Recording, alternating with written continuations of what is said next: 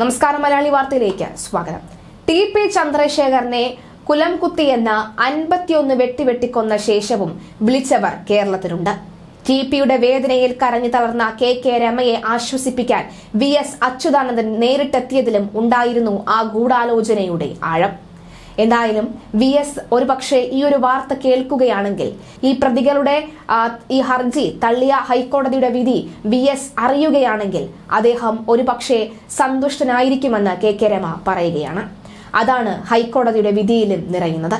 നെയ്യാറ്റിൻകര ഉപതെരഞ്ഞെടുപ്പ് കാലത്ത് രാഷ്ട്രീയ പ്രതിയോഗിയെ വെട്ടിനുറുക്കിയാൽ അത് മറ്റാരുടെയെങ്കിലും തലയിൽ വരുമെന്ന അതിബുദ്ധി നിറഞ്ഞ ഗൂഢാലോചന. ടി.പിയെ കൊന്ന രാത്രി കണ്ണൂരിലെ ഒരു നേതാവിന്റെ മൊബൈലിൽ നിന്നും സക്സസ് എന്ന സന്ദേശം തിരുവനന്തപുരത്താണ് എത്തിയത്. ഈ സന്ദേശത്തിലേക്ക് അന്വേഷണം പോയതേയില്ല.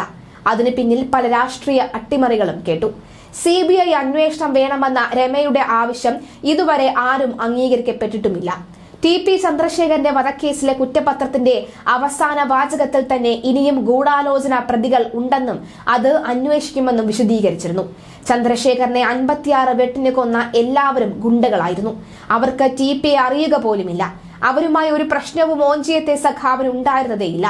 അതുകൊണ്ട് തന്നെ CPM-ൽ നിന്നും പിണങ്ങി RMB ഉണ്ടാക്കി ഓഞ്ചിയത്തെ ഇടതുപക്ഷ മനസ്സിനെ പിടിച്ച് ചന്ദ്രശേഖരനോടുള്ള രാഷ്ട്രീയ വൈര്യം തന്നെയായിരുന്നു ആ കൊലയിൽ നിറഞ്ഞത്. അത് ഹൈക്കോടതി അംഗീകരിക്കുന്നതിന് തെളിവാണ് കെ കൃഷ്ണന്റെയും ജ്യോതി ബാബുവിന്റെയും ശിക്ഷയിലേക്ക് കാര്യങ്ങൾ എത്തുന്നത്. സംസ്ഥാനതല ഗൂഢാലോചന ഈ കേസിൽ ഉണ്ടായിരുന്നുവെന്നത് വ്യക്തവുമാണ്. കോഴിക്കോട്, കണ്ണൂർ ജില്ലയിലായി ഗൂഢാലോചന നടന്നു. സംശയം തോന്നിയിരിക്കാനും പ്രതികൾക്ക് അതിവേഗം രക്ഷപ്പെടുവാനുമാണ് കണ്ണൂരിലെ ഗുണ്ടകളെ കൃത്യം ഏൽപ്പിച്ചത്. ഇതിന് പിന്നിൽ കുഞ്ഞനന്ദന്റെ ബുദ്ധിയായിരുന്നുവെന്നും പറയുന്നുണ്ട്. എല്ലാം ഏകോപിപ്പിക്കാൻ കണ്ണൂരിലെയും കോഴിക്കോട്ടെയും മറ്റ് ചില നേതാക്കളും ഉണ്ടായിരുന്നു. അന്ന് രാത്രി തിരുവനന്തപുരത്ത് കൺട്രോൾ റൂം ഉണ്ടായിരുന്നുവെന്നാണ് രാഷ്ട്രീയക്കാർക്കിടയിലെ സംസാരം.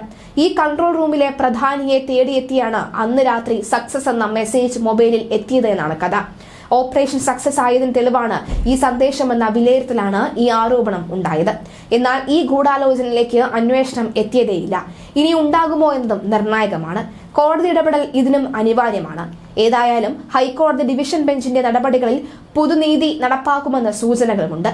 പ്രതികളുടെ മാനസിക ശാരീരിക നിലയിൽ പരിശോധന വേണമെന്ന് കോടതി നിർദ്ദേശിച്ചിരുന്നു. ശിക്ഷാവിധി ഉയർത്തുന്നത് കോടതി ഗൗരവത്തോടെ പരിഗണിക്കുന്നതിന് തെളിവാണ് ഇത്.